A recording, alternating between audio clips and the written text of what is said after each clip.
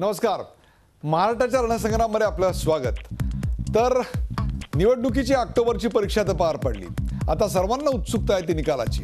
19 ऑक्टोबरला नेमका काय निकाल लागेल, कसा असेल राज्यातल्या जनतेचा दिलेला कौल, महाराष्ट्रात त्रिशंकू विधानसभा येईल का, नवी राजकीय समीकरणं जुळणार आहेत का, याकडे सगळ्यांचंच लक्ष लागलंय.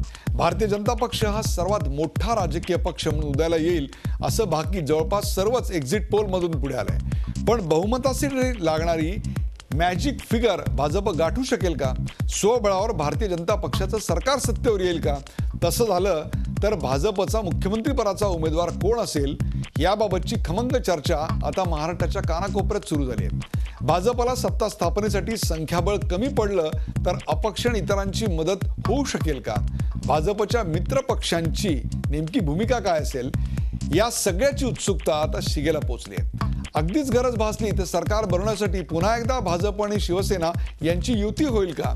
शिवसेनेची भूमिका त्यावेळी नेमकी काय असेल आणि ज्या राष्ट्रवादीची भ्रष्टवादी न करेल का, यासारख्या असंख्य राजकीय शक्यतांचा आज वेध घेऊयात आजच्या खास रोखठोक कार्यक्रमात महाराष्ट्राचा रणसंग्राम.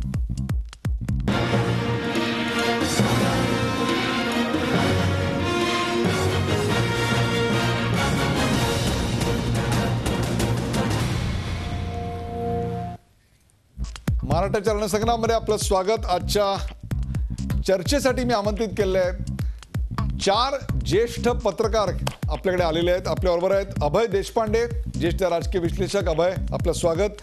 प्रकाश बाळ जोशी, ज्येष्ठ राजकीय विश्लेषक आपल्याबरोबर आहेत. मृणालिनी नानिवडेकर या देखील आपल्याबरोबर आहेत. मॅडम, तुमचंही स्वागत. आणि काही क्षणात आपल्याबरोबर असतील राजकीय विश्लेषक, सामाजिक कार्यकर्ते, ज्येष्ठ नेते कुमार सप्तर्षी, डॉक्टर कुमार सप्तर्षी आपल्याबरोबर पुण्यामधून असतील.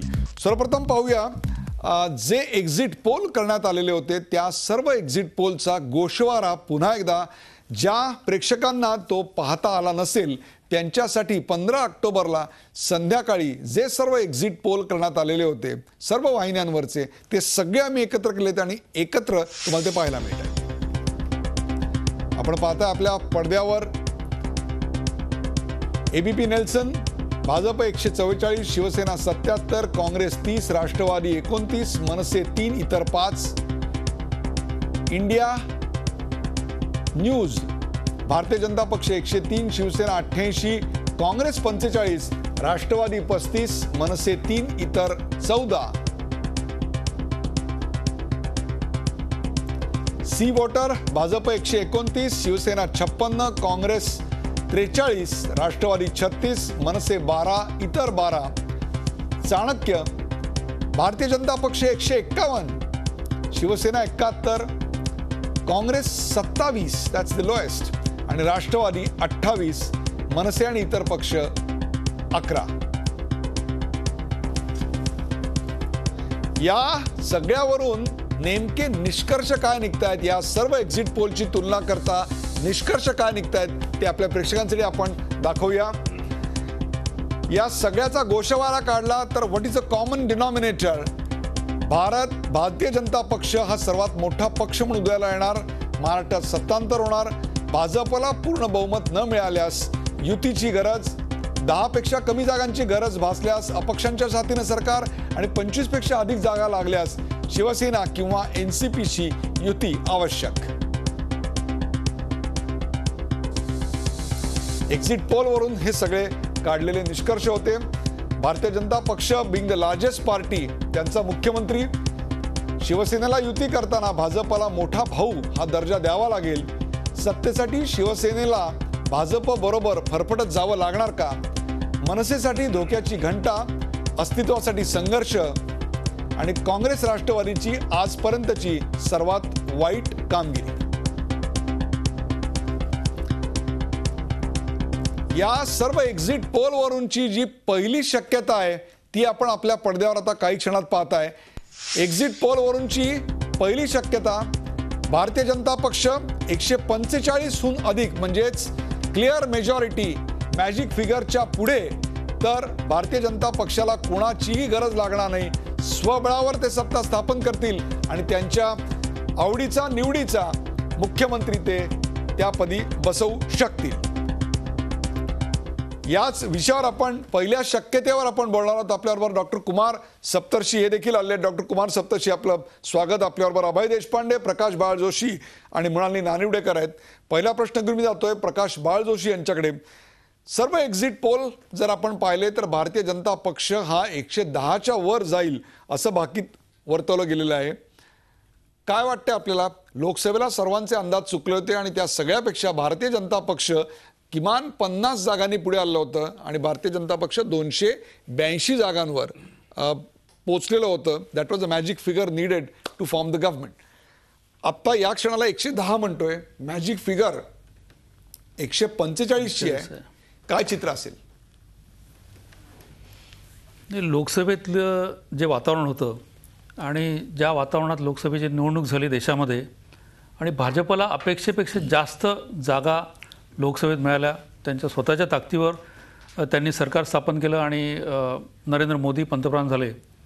परंतु महाराष्ट्रातल्या ज्या विधानसभा आहेत आणि महाराष्ट्राची एकंदर राजकीय परिस्थिती बघितली, मोदी वेव्ह आहे, काँग्रेस आणि राष्ट्रवादी आघाडीचं जे सरकार 15 वर्ष आहे त्याच्याविरुद्ध अतिशय मोठ्या प्रमाणात अँटी इन्कम्बन्सी आहे, तरीसुद्धा महाराष्ट्रातली ग्राउंड रिॲलिटी जी आहे ती कुठेतरी लक्षात घेतली. आत्तापर्यंतचा महाराष्ट्राचा राजकीय इतिहास बघितला, सामाजिक जडणघडण बघितली, तर भाजप 145 पर्यंत जाऊ शकेल की नाही हा खरा प्रश्न आहे. जर समजा आपण एक शक्यतांचा विचार करतोय, जर भारतीय जनता पक्ष 145 वर गेलं तर म्हणाली जे भाजपचे आत्तापर्यंतचे सहयोगी पक्ष आहेत आणि जे पूर्वी मित्र पक्ष होते त्यांची कोणत्याही प्रकारची बार्गेनिंग पॉवर मग उरणार नाही.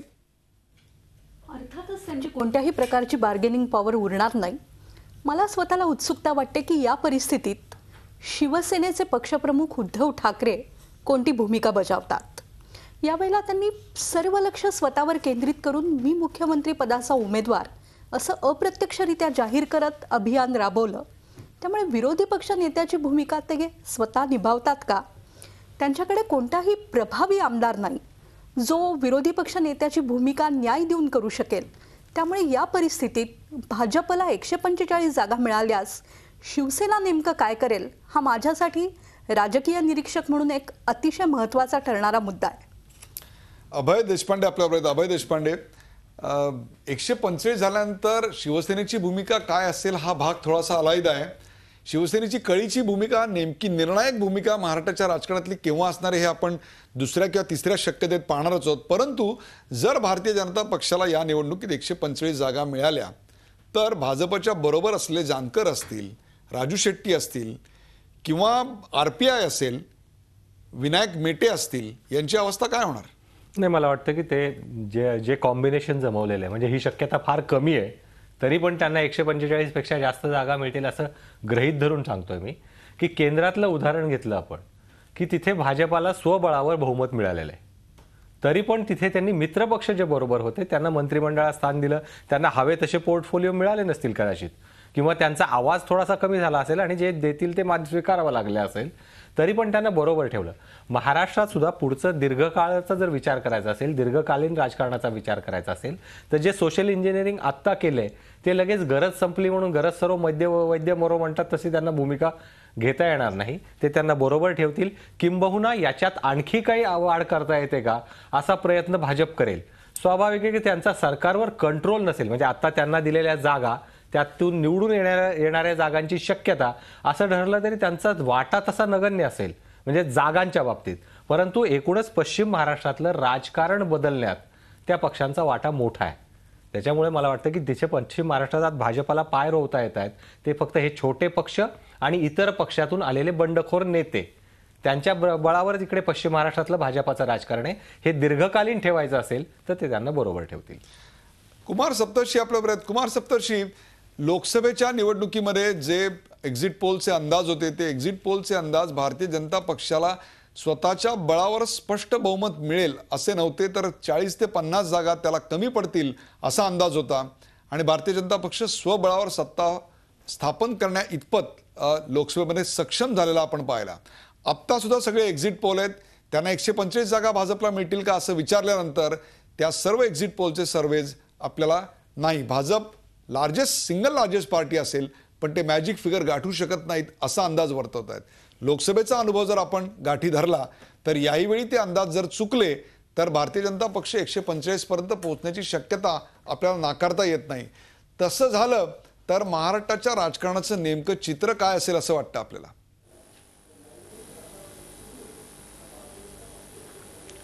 एक तर असं आहे की दिल्लीला जे घडलं आणि भाजपला तिथे बहुमताचं सरकार मिळालं ते अनेकांना अनपेक्षित होतं.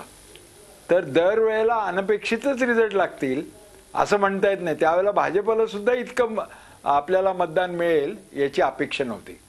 तर आता आम्हाला असं वाटतं की 50 हे भाजपचे लोक असतील आणि त्यांच्या पोटात किंवा त्यांच्या साथीला त्यांचा भाग म्हणून काँग्रेसमधून आलेले, राष्ट्रवादी काँग्रेसमधून आलेले, ज्यांचं भ्रष्टाचाराची परमसीमा ज्यांनी गाठलेली आहे असे लोक त्यांच्याबरोबर असताना ते मॅजिक फिगर कशी काय गाठणार हा प्रश्नच आहे मोठा. बरोबर. आणि म्हणून जास्त शक्यता शिवसेनेचं राज्य येण्याची बरोबर आहे आहे. असं आम्हाला या क्षणी वाटतं. कुमारजी, म्हणजे आपण सर्वे त्या म्हणजे काही सत्य त्या शक्यतांचा विचार आपण पुढच्या भागात करणार आहोत. 3 ते 4 शक्यताच फक्त आता पॉसिबल आहेत. कुणीही काँग्रेस स्वबळावर सत्ता स्थापन करेल असा दावा आता कुणी करत नाहीत. काँग्रेसवाले सुद्धा खासगीत देखील आता करत नाहीत, ही वस्तुस्थिती आहे. किंवा राष्ट्रवादीवाले देखील आमच्या जागा 145 येतील खासगीत असा सुद्धा दावा आता करत नाहीयेत. परंतु भारतीय जनता पक्ष एक्झिट पोलचे निष्कर्ष जर लोकसभेचे आपण लावले तर कदाचित त्या आकड्यापर्यंत पोहोचू शकतो अशी एक शक्यता येऊ शकते, म्हणून आपण त्याचा विचार करतोय. ब्रेकवर जाण्यापूर्वी म्हणाली एक छोटासा प्रश्न आहे. जर भाजपचा स्वतःचा स्वबळाचा नारा खरा ठरला तर मुख्यमंत्री पद निवडण्यासाठी भारतीय जनता पक्ष नेमके कोणते निकष लावेल? मला असं वाटतं मोदींना आवडणारा नेता हा त्यातला एकमेव निकष असेल. मोदींनी वेळोवेळी स्पष्ट केल्यानुसार तो इशारा कोणाकडे आहे हे कदाचित आत्तापर्यंत राज्याला लक्षात आलेलं आहे. शिवाय त्यांना या राज्यातली जी जुनी राजवट होती त्या राजवटीविरोधात आवाज करणारा असा कोणीतरी तरुण उमेदवार लागेल. हा चेहरा मोदींना जर अभिप्रेत असेल तर तो देवेंद्र फडणवीस असू शकेल. मला सध्याच्या प्रॉबेबिलिटीमध्ये ही शक्यता सर्वात जास्त वाटते. जर भारतीय जनता पक्षाला ओबीसी चेहरा ही जर गरज भासली, याचं कारण भारतीय जनता पक्षाला 145 जागा मिळाल्या तर त्याचा अर्थ ओबीसी लाट एक प्रकारे भाजपला तरुण नेते आहे असं चित्र निर्माण होईल. त्यामुळे ओबीसी जर नाव निवडायचं झालं तर अभय देशपांडे तुम्हाला काय वाटतं, कोण चेहरे पुढे येतील आणि हा निकष लावला जाईल का? पूर्ण बहुमताचं सरकार आल्यानंतर भाजपाच्या निवडीमध्ये आता मृणाल म्हणाले ते अगदी बरोबर आहे की नरेंद्र मोदी यांची पसंती याला पहिला क्रम असेल, प्राधान्य असेल. दुसरं प्राधान्य असेल की महाराष्ट्रामध्ये हा पक्ष दीर्घकालीन राजकारण करणार असेल तर त्या दृष्टीने विचार होईल की दीर्घकाळ नेतृत्व देऊ शकण्याची क्षमता कोणाकडे. आता बहुजन चेहरा द्यायचा आहे की नाही द्यायचा आहे हा जर निर्णय घ्यायचा झाला तर त्या बाबतीत मग तावडे येतील स्पर्धेत, मुनगंटीवार स्पर्धेत असतील, खडसे स्पर्धेत असतील. परंतु मला वाटतं की आत्ता एवढं पूर्ण बहुमत मिळाल्यानंतर पहिला मुख्यमंत्री, कदाचित ते पूर्ण टर्म मिळणारही नाही त्या मुख्यमंत्र्याला, पण पहिला मुख्यमंत्री जो होईल तो मोदींची पसंती हाच असेल. म्हणजे मग ती परत पूर्ण बहुमताला आपण जे खूप पूर्वी केंद्रात नरेंद्र राज्यात देवेंद्र असं जे समीकरण घेतलं होतं तिथे कुठेतरी येईल. काही काळासाठी का होईना ही पसंती असेल. आणि मग 2 नंतर म्हणजे गुजरातमधलं राजकारण जरी बघितलं आपण, नरेंद्र मोदीचा कारभार 3 वर्ष हा शिस्तीचा आणि नंतर लोकप्रियतेचा, तसं जर असेल तर या मुख्यमंत्री पदाच्या बाबतीतही असेच काही जे निकष लावून राजकारण नंतर बघतील, आधी आत्ता पसंती बघतील असं काहीतरी दिसेल. प्रकाश भाऊशी, ब्रेकवर जाण्यापूर्वी एक छोटासा प्रश्न आहे की अशा वेळेला कास्ट हा विषय असतो का नाही? निवडताना फक्त एका निकषावर आपण निवडू शकत नाही, तर जात हा निवड महाराष्ट्राच्या राजकारणात नाही आहे? नाही, गेले जर आपण 50 वर्ष महाराष्ट्रातलं राजकारण बघितलं तर जात हा फॅक्टर अतिशय महत्त्वाचा आहे. कारण शेवटी मुख्यमंत्री जो असतो त्याला पूर्ण राज्याला बरोबर घेऊन जायचं असतं. अनेक समाज वेगवेगळ्या पद्धतीने जगत असतात, त्यांचे प्रश्न वेगळे असतात. ते समजून त्यांना बरोबर घेऊन जाण्यासाठी एक बहुजन समाजातला चेहरा असावा असा एक निकष असतो. परंतु आपण जर बघितलं तर मागच्या ज्यावेळेस शिवसेनेचं आणि भाजपचं सरकार आलं महाराष्ट्रात तर त्यावेळेस मनोहर जोशी हे मुख्यमंत्री बाळासाहेबांनी केले. ते बाळासाहेबच फक्त अशा प्रकारचा निर्णय घेऊन तो राज्याला स्वीकारता येईल किंवा स्वीकारला पाहिजे अशा पद्धतीने घेऊ शकतात. मला असं वाटतं आज मोदींचा जो काही करिश्मा आहे, म्हणजे मोदी ज्या पद्धतीने भाजप आणि केंद्र सरकार हे दोन्हीही घटक म्हणजे पक्ष आणि सरकार या दोन्ही याच्यावर प्रभुत्व ठेवून ज्या पद्धतीने काम करत आहेत त्या पद्धतीने शेवटी ते सुद्धा त्यांचा व्यक्तिगत निर्णय नसेल, तो निर्णयसुद्धा शेवटी चार चौघांशी त्यांच्या पक्षातल्या श्रेष्ठींशी विचार करून घेतील, परंतु त्यांचा शब्द हा शेवटचा शब्द असेल. मोदींचा शब्द मुख्यमंत्रीपदाच्या निवडीत शेवटचा असेल. त्यांच्या निर्णयाच्या कसोटीवर किंवा निकषांवर जे नाव बसेल तेच असेल. परंतु आता म्हणाले एक सूचक वाक्य सांगितलं आहे की मोदींना जो आवडतो त्याचा उल्लेख त्यांनी त्यांच्या भाषणात केला होता. त्याच्यातच कुठेतरी देशात नरेंद्र आणि महाराष्ट्रात देवेंद्र हे सूत्र पुढे येते की काय हे बघावं लागेल. जर त्यांना एक मराठा असा एक चेहरा हवा असेल, कोकणावर प्रभुत्व असणारा आणि महाराष्ट्रात संचार असणारा चेहरा हवा असेल तर ते नाव विनोद तावडे देखील असू शकतं. महिला मुख्यमंत्री जर त्यांना नेमायचा असेल आणि सरप्राईज द्यायचं असेल महाराष्ट्राला तर ते नाव पंकजा मुंडे. एक्झिट पोलचे अंदाज जर चुकीचे ठरले आणि भारतीय जनता पक्षाला जर स्पष्ट बहुमत मिळालं जे चाणक्यच्या आपल्या एक्झिट पोलमध्ये दिसतंय तर ही शक्यता उद्भवते. आपण दुसऱ्या शक्यतेचा विचार करणार आहोत. एका ब्रेक नंतर कुठे जाऊ नका, पाहत राहा झी 24 तास. आपण पाहताय महाराष्ट्राचा रणसंग्राम.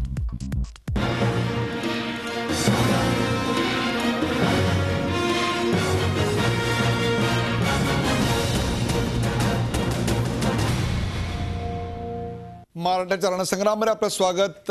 आपण पाहतोय निवडणुकीच्या निकालानंतर काय काय शक्यता महाराष्ट्राच्या राजकारणात येऊ शकतात. त्यातली दुसरी शक्यता आपण विचारात घेतो. आता आपण ग्राफिक्सच्या माध्यमातून आपल्या पडद्यावर पाहू शकता आणि ती म्हणजे भारतीय जनता पक्ष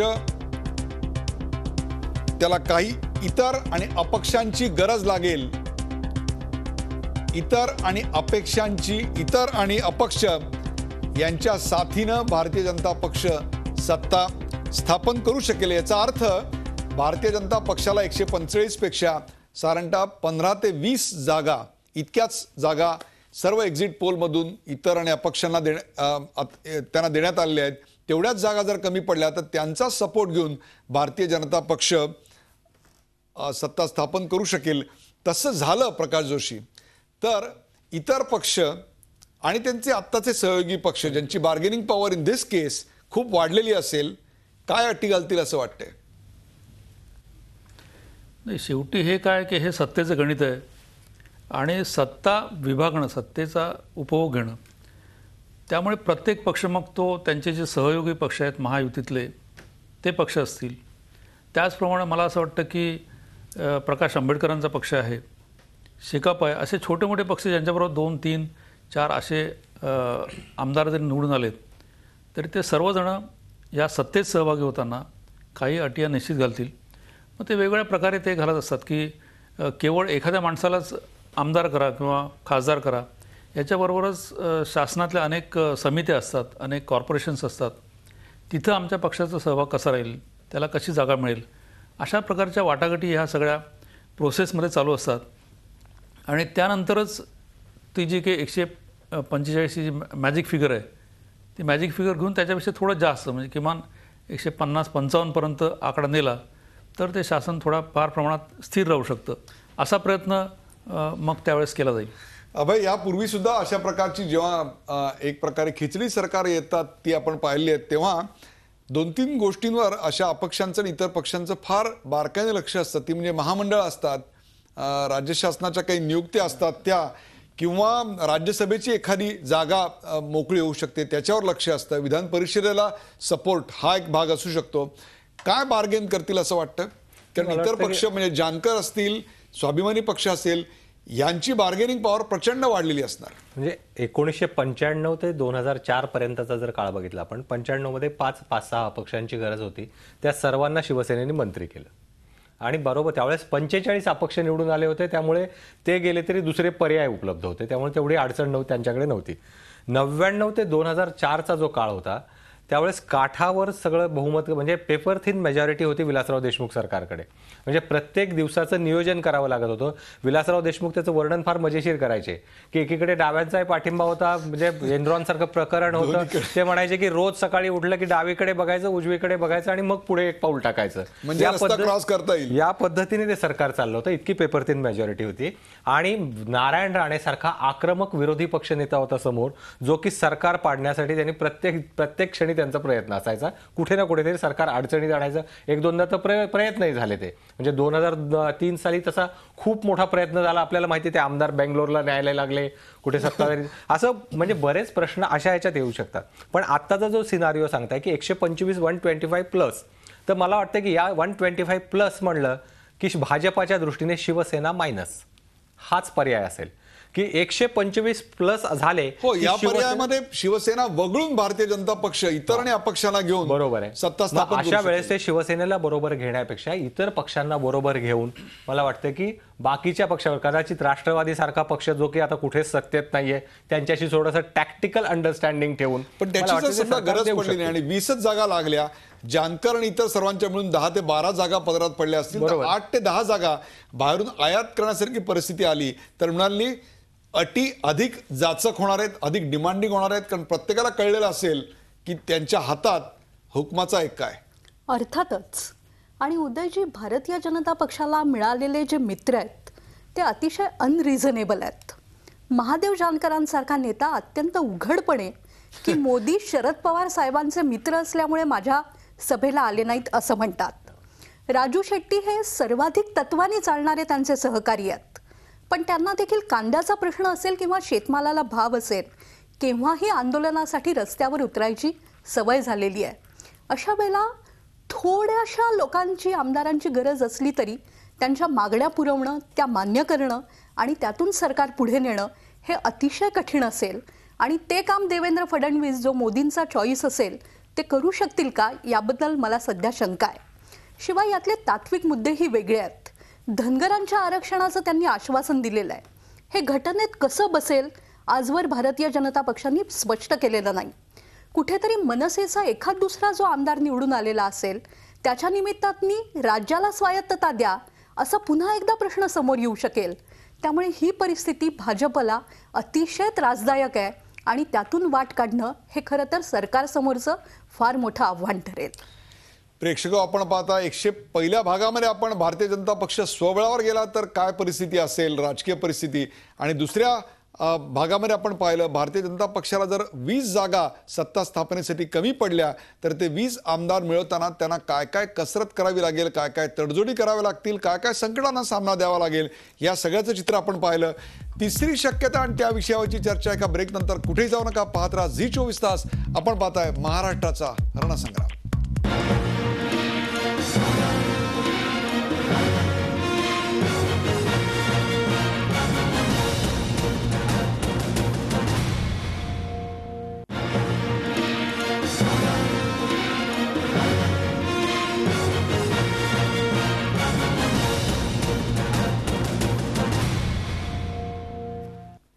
नमस्कार, झी 24 तासवर पुन्हा एकदा आपलं स्वागत. आपण महाराष्ट्राच्या रणसंग्राममध्ये पाहताय. निवडणुकीच्या निकालानंतर महाराष्ट्राच्या राजकारणातल्या काय शक्यता आहेत त्यातल्या 2 शक्यता आपण पाहिल्या. भारतीय जनता पक्ष स्वबळावर आला तर काय प्रकारची परिस्थिती निर्माण होईल, किंवा भारतीय जनता पक्षाला अवघ्या 10 ते 15 जागांची गरज लागली तर अपक्ष आणि इतर यांची भूमिका नेमकी काय असेल, त्यावेळच्या अडचणी काय असतील त्याचा आपण विचार केला. आता या भागामध्ये आपण चर्चा करणार आहोत एक्झिट पोलमधली जी सर्वात शक्य असलेली स्थिती, ती म्हणजे भारतीय जनता पक्ष आणि शिवसेना. भारतीय जनता पक्ष आणि शिवसेना म्हणजे याचाच अर्थ भारतीय जनता पक्षाला 100च्या आसपास जागा आणि सत्ता स्थापनेसाठी त्यांना 45 जागांची गरज आणि नैसर्गिक पार्टनर किंवा जो राजकीय विरोधक नाही म्हणून शिवसेना हाच त्यांचा नैसर्गिक पार्टनर असेल.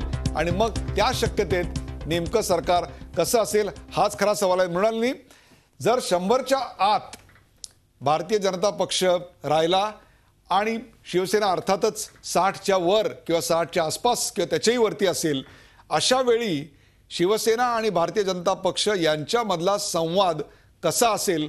का अजूनही अफजल खानाचे कोथळे दिल्ली की बिल्ली हेच विषय पुन्हा निघतील का याच्या पलीकडे जाऊन निवडणुकीचा ज्वर बाजूला ठेवून वेगळी चर्चा सुरू होईल? कारण काल अभय देशपांडेंनी सांगितलं की निवडणूक संपल्यानंतर 6:01 सगळ्यांचे स्वर बदललेले आहेत. देवेंद्र फडणवीसनी तर आम्हाला चॅनलवरच सांगितलं ते आमचे राजकीय विरोधक नाहीत. काय सांगाल? अगदी खरं सांगायचं झालं तर हिंदुत्वाच्या विचारसरणीनी जे लोक एकत्र आलेले आहेत त्यांना भारतीय जनता पक्षाला बहुमत मिळालं तरी त्यांनी शिवसेनेला बरोबर घेऊन चालावं असं वाटतं.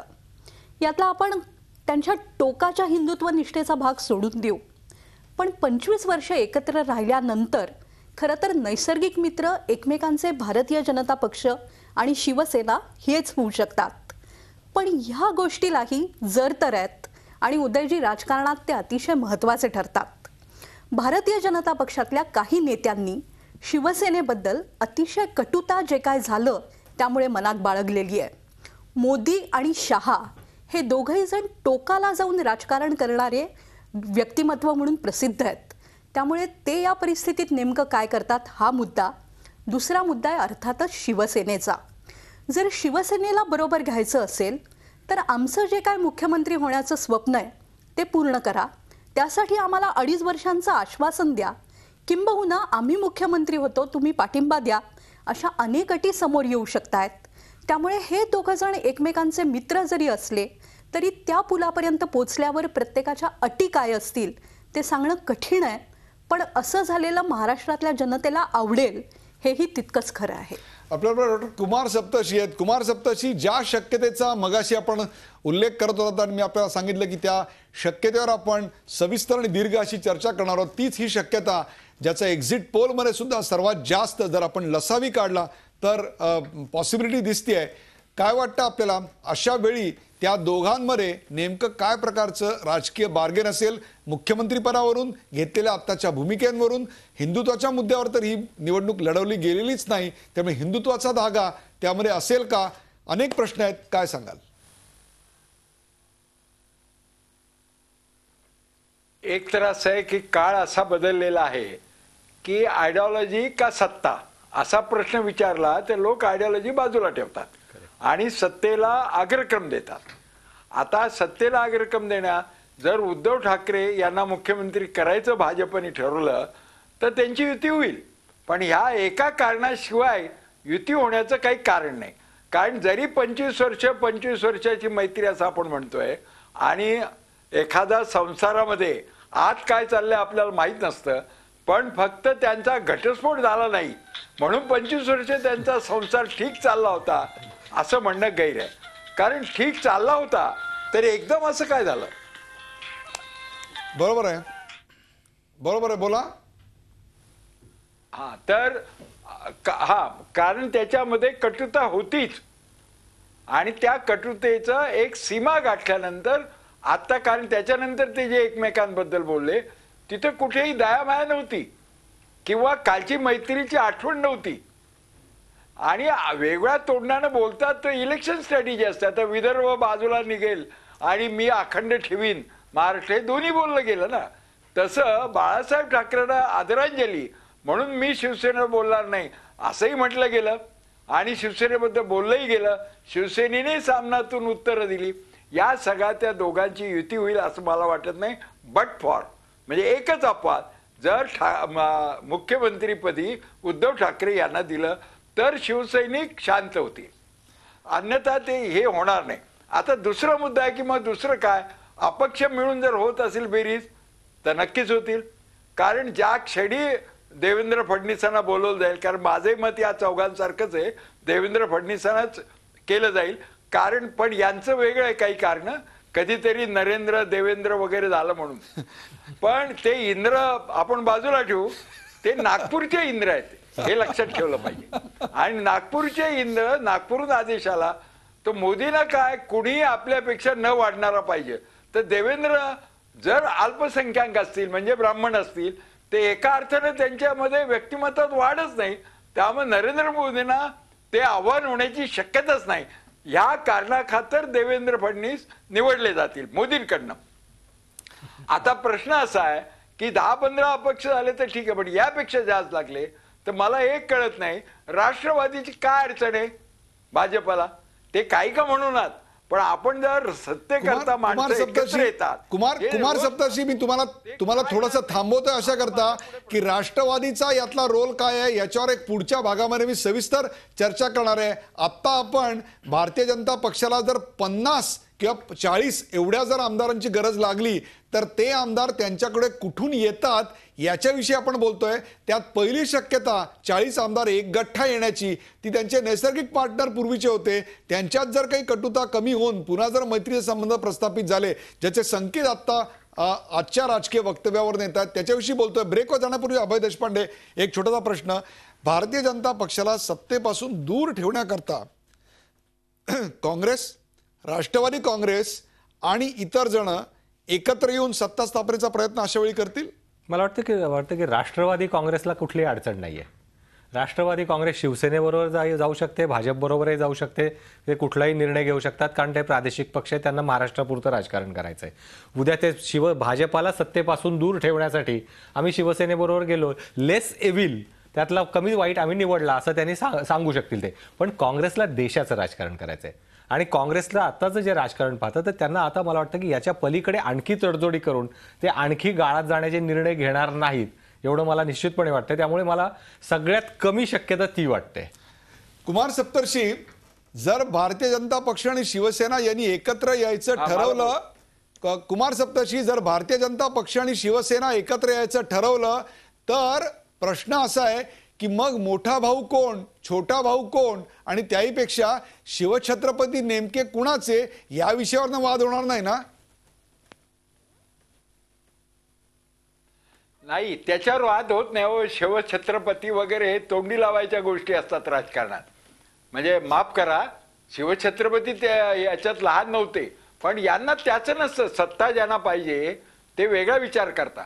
फक्त मला एक असं म्हणायचं की तुम्ही जे नैसर्गिक मैत्री नावाचा एक विषय सारखा इतरांच्या तोंडून येतोय, तर उद्या मी एक सांगू इच्छितो की कुठल्याही अविवाहितांचं लग्न लागणं सोपं असतं. ज्या वेळेला यांचं लग्न लागलं त्यावेळेला शिवसेनेलाही गरज होती आणि भाजपलाही गरज होती.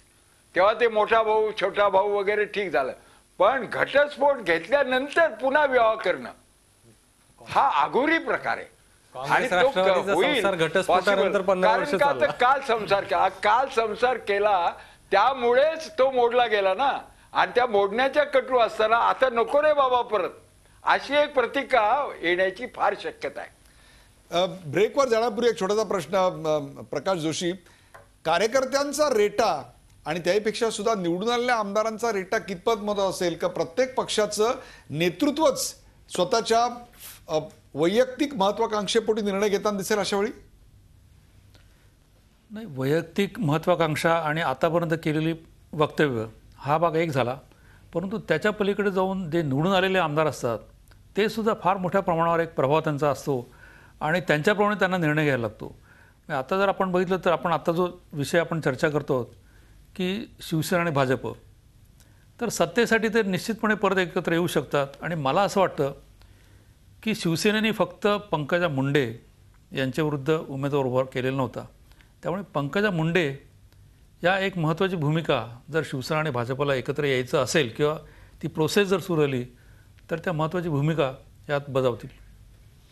आपण पंकजा मुंडे यांचा आपण विषय काढलेला आहे. आपल्याबरोबर ब्रेकवर जाण्यापूर्वी मी आमच्या PCRला सांगतो की आज का काल पंकजा मुंडे यांनी या संदर्भात काय सूचक विधान केले ते पाहूया आणि त्यानंतर ब्रेक.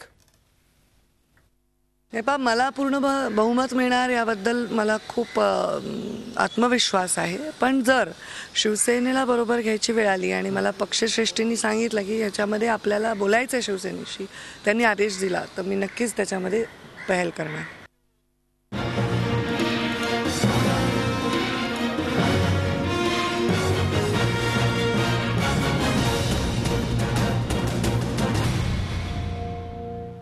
भारतीय जनता पक्षाला जर सत्ता स्थापनेसाठी 40 ते 45 जागा कमी पडल्या तर दुसरी एक शक्यता आहे. पहिली शक्यता आपण पाहिली भारतीय जनता पक्ष आणि शिवसेना, तर दुसरी शक्यता काय ती पाहूया ग्राफिक्सच्या माध्यमातून. ती शक्यता अशी आहे, भारतीय जनता पक्षाला राष्ट्रवादीकडून बाहेरचा पाठिंबा अगदी तो उघडपणे नाही दिला तरी टॅक्टिकल अंडरस्टँडिंग ज्याला आपण म्हणतो तशा स्वरूपाचं अंडरस्टँडिंग असू शकतं.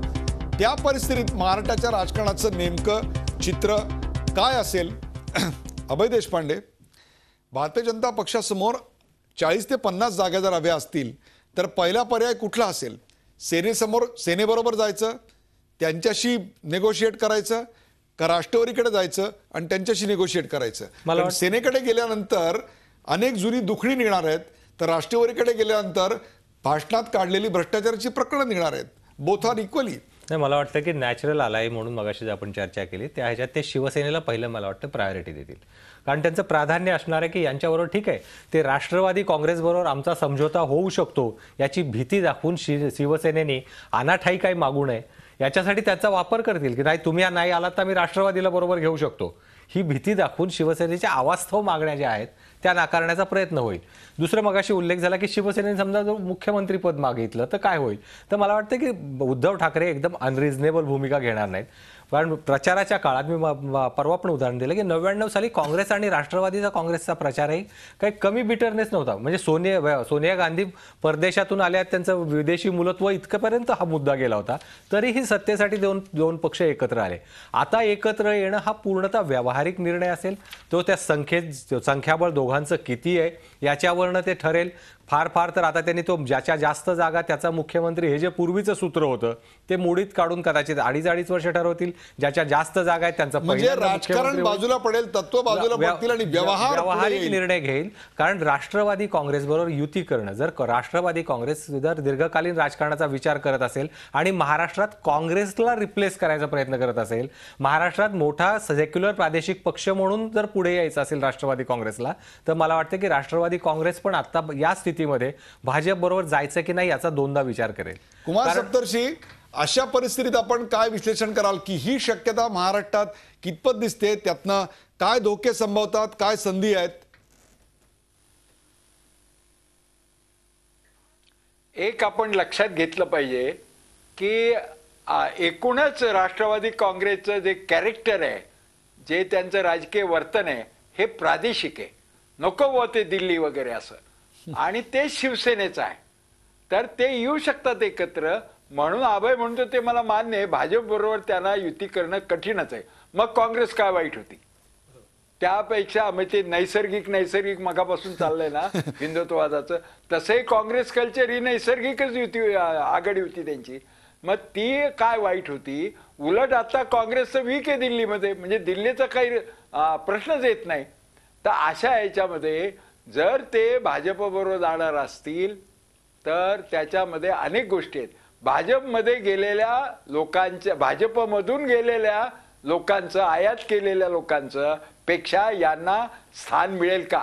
कारण आता बबन पाचपुते आणि गावित आणि का आमचे लक्ष्मण जगताप हे लोक अजित पवारला डोळ्याला डोळा नाही लावू शकणार. तर त्यांच्यापेक्षा आम्हाला काय महत्व देता तुम्ही सांगा. आणि कुठलंही सरकार काही करू शकतं. सरकारची व्याख्याच अशी आहे, which can do and undo anything. तर ज्या वेळेला एक सत्ता बदलते त्यावेळेला 20,000 जागा रिकाम्या होतात. महामंडळ असो आणि काही गेला बाजार ऑनरी मॅजिस्ट्रेट. आणि राजकारणाचा खेळ कशावर चालतोय लक्षात घ्या. सर्वांनाच सोन्याची चिप, सोन्याचं काहीतरी पाहिजे असतं असं नाही. सोन्याचं वरख असलेलं पेनचं टोपण सुद्धा चालतं. त्यामुळे तर राजकारण चालतं. राजकारणामध्ये फक्त दुसऱ्याच्या मनात नेमकं काय ते ओळखता आलं पाहिजे. तुम्ही इतक्या अचूकतेनं या त्याच्यामध्ये अशा अवस्थेमध्ये राष्ट्रवादीची अट, बोला हा, तर राष्ट्रवादीची एकच अट असेल की आमचेच तुम्ही आत घेतले त्यांच्यापेक्षा आम्हाला महत्व असावं. आणि हे महत्व कशाने दिसेल तर सत्तेच्या वाटपातून दिसेल. तर त्याच्यामध्ये ते उपमुख्यमंत्री पद मागू. कुमारजी, या कार्यक्रमाची वेळ संपत आली आहे. या कार्यक्रमाचा शेवट करताना मी जातोय प्रकाश बाळ जोशी यांच्याकडे. प्रकाश बाळ जोशी, एक क्विक आन्सर फ्रॉम यू. स्थिरतेकरता मत द्या असं सर्वच पक्षांनी स्वबळाच्या बहुमताचा दावा करताना सांगितलेलं होतं, परंतु जनतेचा कौल हा खरोखरच अशा प्रकारच्या अस्थिरतेच्या आयाराम गयाराम संस्कृतीला चालना देणारा असेल? लोकांनी मत जे दिलंय ते एक तर बदल व्हावा म्हणून, म्हणजे काँग्रेस आणि राष्ट्रवादीचं सरकार जावं म्हणून, आणि त्याचबरोबर स्थिर सरकार यावं. म्हणजे शिवसेना भाजप जर एकत्र राहिले असते तर हे कुठलेच प्रश्न आपल्याला चर्चा करायची वेळ आलेली नसती. तर लोकांनी मत दिले स्थिरतेसाठी, विकासासाठी.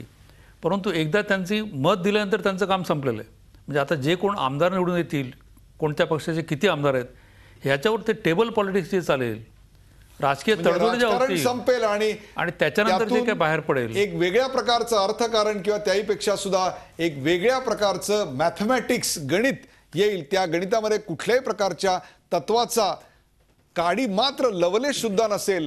केवळ आणि केवळ अंकगणिताच्या आधारावर हे सुटेल की काय, अशी एक शक्यता निर्माण होते. परंतु हे सगळं असलं तरी जनतेच्या कौलाचा आदर प्रत्येक राजकीय पक्षाला करावाच लागेल, हाच या चर्चेचा अन्वयार्थ. या चर्चेत सहभागी झाल्याबद्दल सर्व मान्यवरांचे आभार. ताज्या बातम्यांसाठी पाहत राहा झी 24 तास. राहा एक पाऊल पुढे.